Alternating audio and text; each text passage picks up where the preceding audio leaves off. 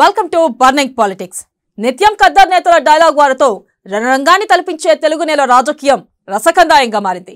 సై అంటే సై అనే రేంజ్ లో సాగుతున్న పొలిటికల్ దంగల్పై ఒలుక్కేద్దాం. సౌత్ పై బీజేపీ ఫుల్ ఫోకస్ చేసింది. కన్నడ రాజ తిరుగులేని శక్తిగా ఎదిగింది. తెలంగాణలో బీఆర్ఎస్ కి కంటి మీద కునుకు లేకుండా చేస్తుంది కమలం. మరి ఏపీలో కాషాయ పార్టీ పరిస్థితి ఏంటి అంటే ప్రస్తుతానికి పవనే దిక్కనే కామెంట్స్ వినిపిస్తున్నాయి.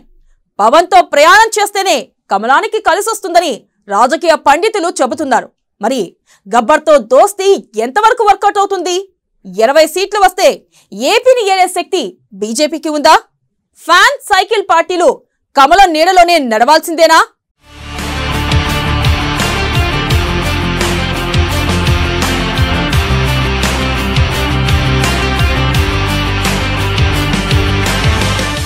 తెలంగాణలో పుంజుకుంటున్న బీజేపీ, ఏపీలో జనసేనతో కమలం అడుగులు. 20+ వస్తే బీజేపీ గేమ్ వర్కౌట్. ఏపీలో కీలకంగా మారిన బీజేపీ అధిష్టానం ఆదేశాలతో అస్త్రశస్త్రాలు సంసిద్ధం. ఏపీలోనూ ఏక్నాథ్ షిండేలు. వైసీపీ అధికారంలోకి వచ్చిన తెర వెనుక కమలం. చంద్రబాబు విషయంలోనూ బీజేపీ వ్యూహాలు.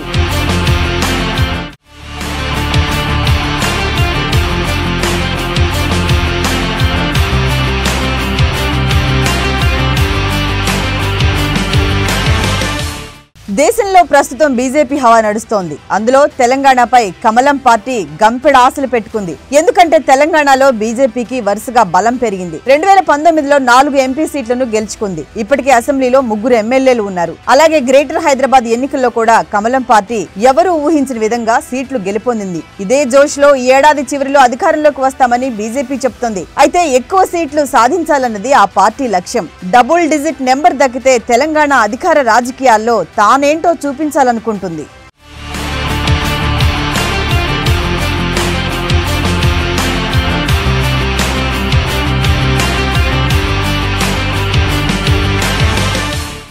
ఒక విధంగా బీజేపీ ఈశాన్య రాష్ట్రాలలో, మహారాష్ట్రాలలో, కర్ణాటకలో అమలు చేస్తున్న వ్యూహాలను అన్ని మేళవించి తెలంగాణలో అమలు పెట్టవచ్చు. అయితే ఇప్పుడు బీజేపీ చూపు ఏపీ మీద కూడా పడిందని విశ్లేషకులు చెప్తున్నారు. ఏపీలో బీజేపీకి బలం ఏముంది? జస్ట్ నోటా కంటే తక్కువ ఓట్లే కదా అని అనుకోవచ్చు. కానీ బీజేపీ స్ట్రాటజీ చూస్తే పక్కాగానే పవర్ దక్కాలి అన్నట్టుగా ప్లాన్ తో ముందుకు వెళ్తోంది. ఏపీలో 2 బలమైన ప్రాంతీయ పార్టీలుగా వైసీపీ, టీడీపీలు ఉన్నాయి. ఈ 2 పార్టీలకు బలహీనతలు సైతం బోలెడున్నాయని కమలనాథులు అంటున్నారు. అందుకే ఏపీ మీద కూడా ఫుల్ ఫోకస్ బీజేపీ పెట్టేసిందట మోదీ టీం.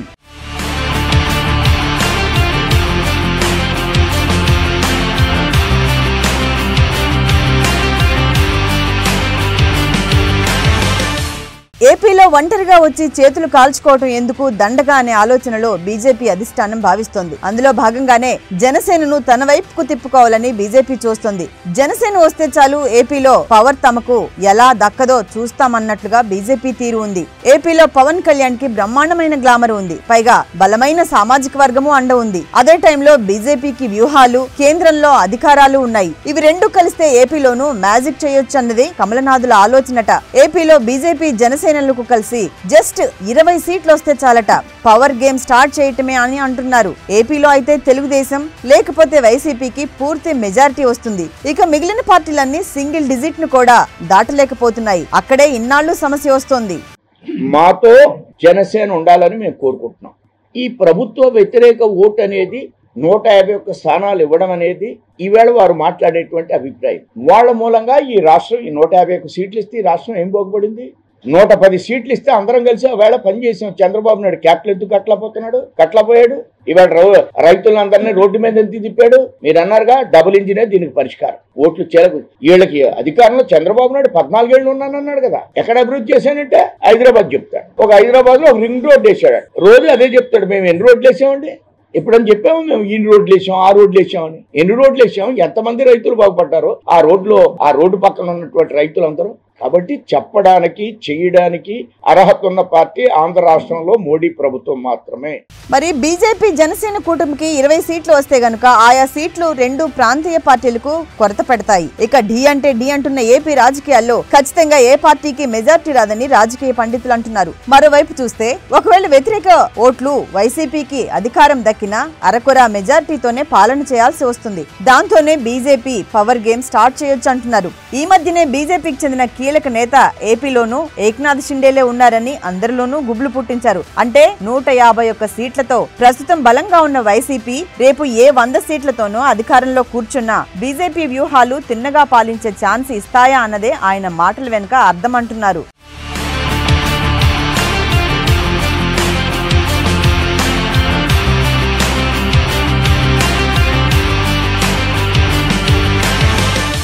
దాంతో పాటు జగన్ మీద ఉన్న కేసులు, వాటి ఫలితాలు, పర్యవసానాలు అన్నీ కూడా వెరసి రెండో మారు అధికారంలోకి వైసీపీని తెచ్చినా స్థిరమైన పాలన చేయించేలా ఉండవని తెర వెనుక చేసేందుకు బీజేపీ ప్లాన్స్ కూడా ఉంటాయని అంటున్నారు. మరోవైపు టీడీపీకి అధికారం దక్కుతుందనుకున్న వారికి కూడా 100 లోపే సీట్లు వచ్చే అవకాశం ఉంటుంది. చంద్రబాబు విషయంలోనూ బీజేపీ తనదైన వ్యూహాలను అమలు చేస్తోంది అంటున్నారు. అధికారంలో వాటా కోరటం కోసం జనసేన బీజేపీ కూటమి చేతులు కలిపి ఎన్నికల అనంతరం కొత్త రాజకీయాలకు తెర తీయొచ్చని అంటున్నారు. అంటే మొత్తంగా చూస్తే ఏపీలో బీజేపీ ఆశలు సజీవంగా చేసుకోవటానికి జస్ట్ 20 సీట్లు వస్తే చాలట.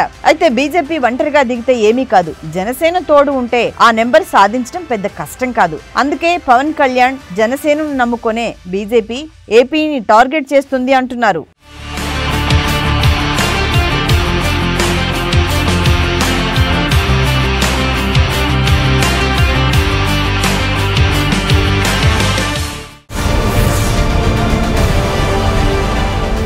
రాజా సింగ్ పక్కా కాషాయ లీడర్, దీంట్లో నో డౌట్. ఆయన తనువంతా హిందుత్వవాదాన్నే జపిస్తుంటుంది. అలాంటి లీడర్ ఇటీవల హిట్ లిస్ట్ లోని నాయకుల జాబితాలో చేరారు. వెంటనే సర్కార్ సైతం ఆయనకు బుల్లెట్ ప్రూఫ్ వెహికల్ అరేంజ్ చేసింది. అది కాస్త మొరాయించి రోడ్డు మీదనే నా వల్ల కాదు బాబోయ్ అంటుంది.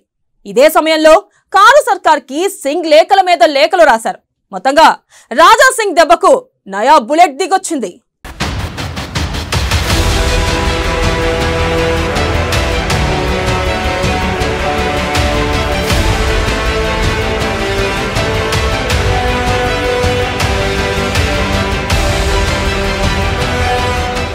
తెలంగాణలో రాజా సింగ్ అంటే బ్రాండ్. గట్టిన హిందూవాదిగా ముద్ర. హిందూ ధర్మం కోసం దేనికైనా రెడీ. హిట్లిస్ట్ నాయకుల జాబితాలో Singh. Raja Singh bullet proof vehicle. మొరాయించిన స్పందించని సర్కార్. రాజా సింగ్ లేఖలతో దిగొచ్చిన నయా బుల్లెట్.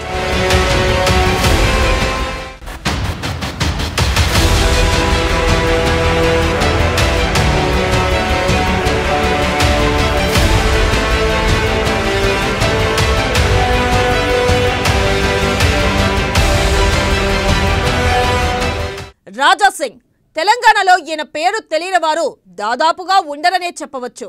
గోషామహల్ కింగ్ రాజా సింగ్ ఏది చేసినా సంచలనమే. కరుడుగట్టిన హిందూవాదిగా, హిందుత్వమే ఊపిరిగా ఆయన సంచలన కామెంట్లు చేస్తూ ఎప్పుడూ వార్తల్లో నిలుస్తుంటారు. మొత్తంగా హిందూ ధర్మ ప్రచారంలో అగ్రభాగాన ఉంటారు ఈ కాషాయ లీడర్. ఇటీవల ఆయన చేసిన కామెంట్స్తో పీడీ యాక్ట్ కేసు కూడా నమోదైంది. ఆయనకు తరచూ బెదిరింపు కాల్స్ వస్తున్న నేపథ్యంలో కోర్టు ఆదేశాలతో రాజా సింగ్కు ప్రభుత్వం భద్రత పెంచింది. అందులో భాగంగానే బుల్లెట్ ప్రూఫ్ వాహనం కూడా కేటాయించింది.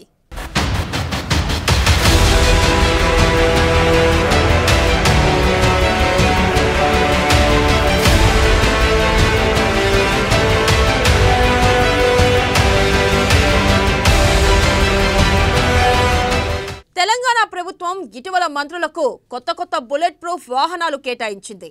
ఎమ్మెల్యే రాజా సింగ్ కు మాత్రం డొక్కు వాహనాలు కేటాయించింది. దీనిపై అప్పట్లో రాజా సింగ్ అసంతృప్తి వ్యక్తం చేశారు. తనకు కేటాయించిన వాహనం చంద్రబాబు సీఎంగా ఉన్నప్పుడు కొనుగోలు చేసిందని బహిరంగంగానే హాట్ కామెంట్స్ చేశారు. ఈ బుల్లెట్ ప్రూఫ్ వాహనం డోర్ వేసిన తర్వాత తీస్తే లాక్ పడుతుందని, లాక్ తీసినా డోర్ ఓపెన్ కాదంటూ గతంలో సెటైర్లు సైతం పేల్చారు.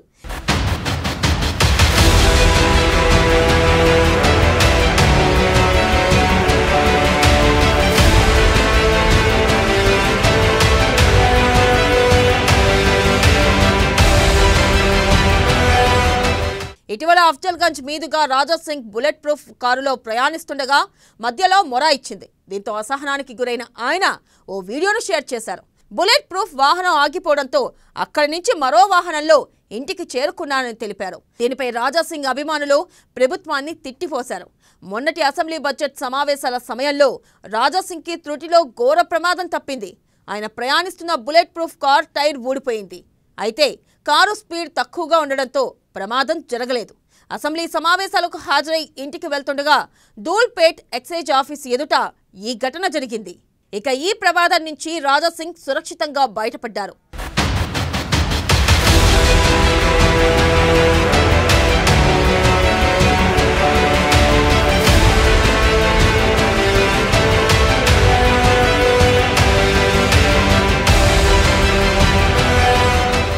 రాజాసింగ్ నిరసనలతో పాటు ప్రభుత్వం తీరుపై ప్రజల నుంచి వ్యతిరేకత వస్తూ ఉండడంతో తెలంగాణ సర్కార్ దిగొచ్చింది. మరోవైపు ఇటీవల రాజాసింగ్కు బెదిరింపు ఫోన్ కాల్స్ పెరుగుతున్నాయి. చంపేస్తామని హెచ్చరిస్తున్నారు. తాజాగా వచ్చిన ఫోన్ కాల్పై డీజీపీకి లేఖ కూడా రాశారు రాజాసింగ్. మరోవైపు ఆయన డొక్కు బుల్లెట్ ప్రూఫ్ వాహనాన్ని ఇటీవల ప్రగతి భవన్ ముందు వదిలేసేందుకు ప్రయత్నించారు. దీంతో తెలంగాణ ప్రభుత్వం రాజాసింగ్కు కొత్త వాహనం ఇవ్వాలని నిర్ణయించింది. ఈ మేరకు ఇంటెలిజెన్స్ అధికారులకు సూచించింది. ఎట్టకేలకు మంగళవారం రాజాసింగ్కు కొత్త వాహనం కేటాయించారు. మొత్తంగా కొత్త బుల్లెట్ కార్ దిగడంతో రాజాసింగ్ పోరాటం ఫలించిందనే చెప్పవచ్చు.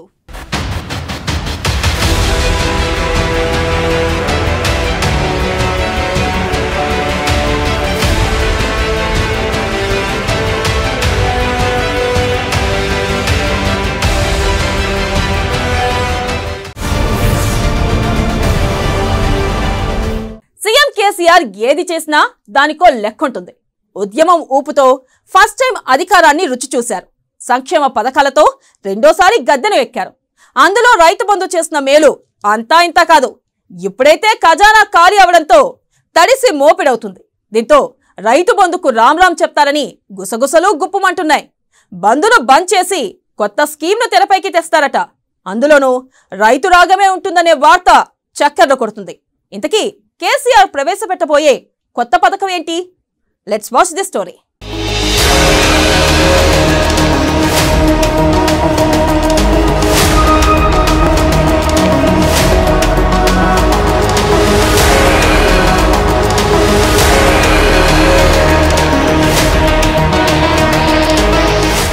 తెలంగాణ సెంటిమెంట్తో అధికారంలోకి కేసీఆర్. రైతు బంధు పథకంతో రెండోసారి అధికారం. సర్కారు ఖజానాలో ఖాళీ అవుతున్న నిధులు. రైతు బంధుకు రామ్ రామ్ చెప్పే ఆలోచనలో గులాబీ బాస్. భూస్వాములకు మేలు జరుగుతుందని విమర్శలు. 10 ఎకరాల వరకే ఇచ్చే అవకాశాలు. మూడోసారి అధికారంపై కేసీఆర్ కసరత్తు. మళ్లీ రైతు రాగంతోనే గద్దెనెక్కేలా ప్రణాళిక.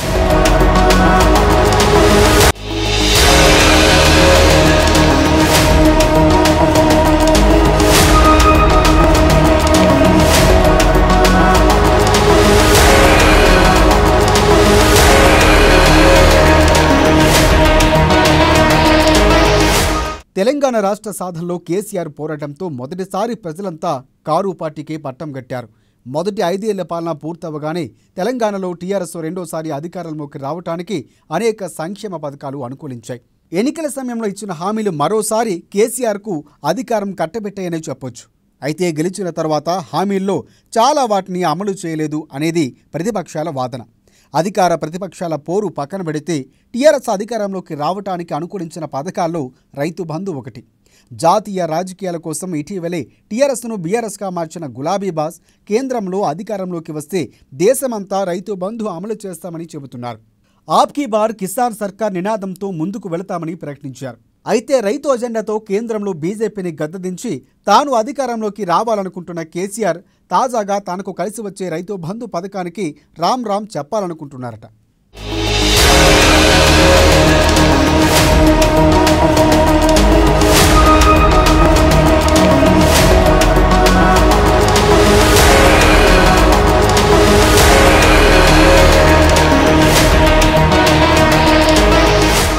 తెలంగాణలో రైతు బంధు కింద 2 పంటలకు ఎకరానికి 5,000 రూపాయల చొప్పున పెట్టుబడి సాయం అందిస్తున్నారు సీఎం కేసీఆర్.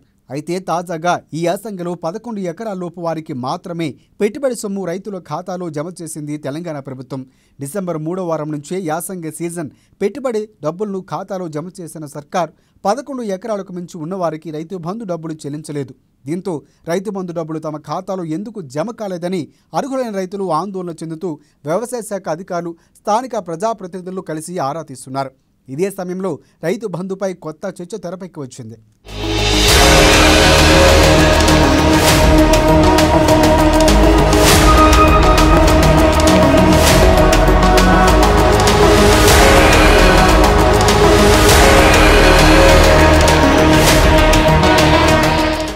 నిజానికి రైతు బంధు అమలుకు నిధుల సమస్య ఎదురవుతోంది. ప్రతిసారి అనుకున్న సమయానికి నిధులు విడుదల ఆలస్యం అవుతూ వస్తోంది. ఇప్పటికే ఉద్యోగుల జీతాలు, పెండింగ్ బిల్లులు చెల్లింపుల అంశంపై కూడా సర్కారుకు తలనొప్పిగా మారాయి. రైతు బంధు అమలు ప్రభుత్వానికి చికాకు తెప్పిస్తోంది. 68 లక్షల మంది రైతులకు ఈ రైతు బంధు అమలు చేయాలంటే అంత ఈజీ కాదు, ఆషామాషి అంతకన్నా కాదు. పెద్ద మొత్తంలో నిధులు అప్పు చేయాల్సి వస్తుంది. అందుకే రైతు బంధు రద్దు చేసి దానికి సమానంగా కొత్త పథకం ప్రవేశపెట్టాలని సర్కారు యోచనలో ఉన్నట్లు కూడా తెలుస్తోంది.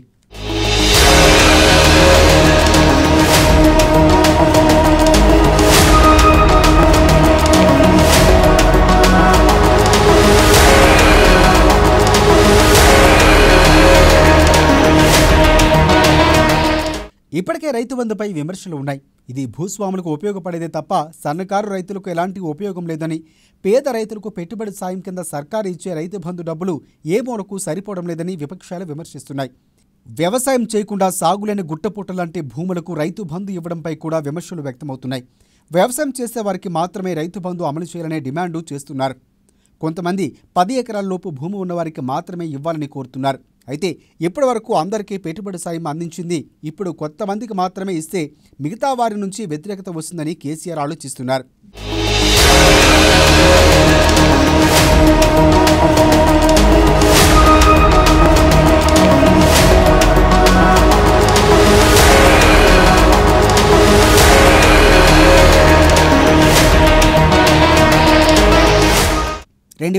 ఎన్నికల్లో టీఆర్ఎస్ను రైతు బంధు గద్దెనెక్కించింది. ప్రస్తుతం ఈ పథకం సర్కారుకు గుదిబండగా మారటంతో ఈ పథకం స్థానంలో కొత్త స్కీమ్ అమలు చేయాలని గులాబీ బాస్ యోచిస్తున్నారు.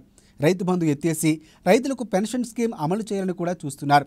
ఈ పథకం ప్రవేశపెట్టేందుకు కసరత్తు పూర్తి చేస్తారని, పార్టీ మేనిఫెస్టోలో పెట్టడమో లేదంటే ఎన్నికలకు వెళ్లే ముందు అమలు చేయడమో చేస్తారని కూడా పార్టీ వర్గాల్లో గుసగుసలు వినిపిస్తున్నాయి. వ్యవసాయ భూమి పట్టా, పాస్బుక్లు ఉన్న ప్రతి రైతుకు పెన్షన్ ఇవ్వాలని కేసీఆర్ నిర్ణయించినట్లు కూడా తెలుస్తోంది. పెన్షన్ ఇవ్వాల్సి వస్తే ఎంతమందికి ఇవ్వాలి, ఎన్ని నిధులు కేటాయించాలి, ఎంత అప్పు చేయాల్సి వస్తుంది, వయోపరిమితి విధించాలా అనే అంశాలను కేసీఆర్ ఉన్నతాధికారులతో చర్చలు జరుపుతున్నారని తెలుస్తోంది.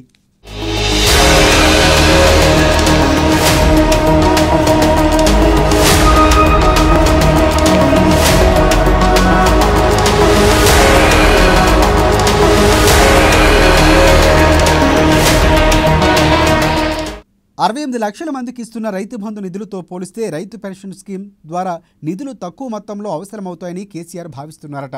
అందుకే ఈ పథకం తీసుకురావాలని యోచిస్తున్నారన్న సమాచారం. దీనిపై త్వరలోనే అధికారిక ప్రకటన వెలువడే అవకాశం ఉన్నట్లు తెలుస్తోంది. ఏది ఏమైనా కేసీఆర్ ఏది చేసినా ఎన్నికల స్టంట్ అని మాత్రం ప్రతిపక్షాలు విమర్శిస్తున్నాయి. రైతు బంధుకు రామ్ రామ్ చెప్పి పెన్షన్లకు ఓకే ఎప్పుడు చెప్తారో మరికొన్ని రోజులు వేచి చూడాలి.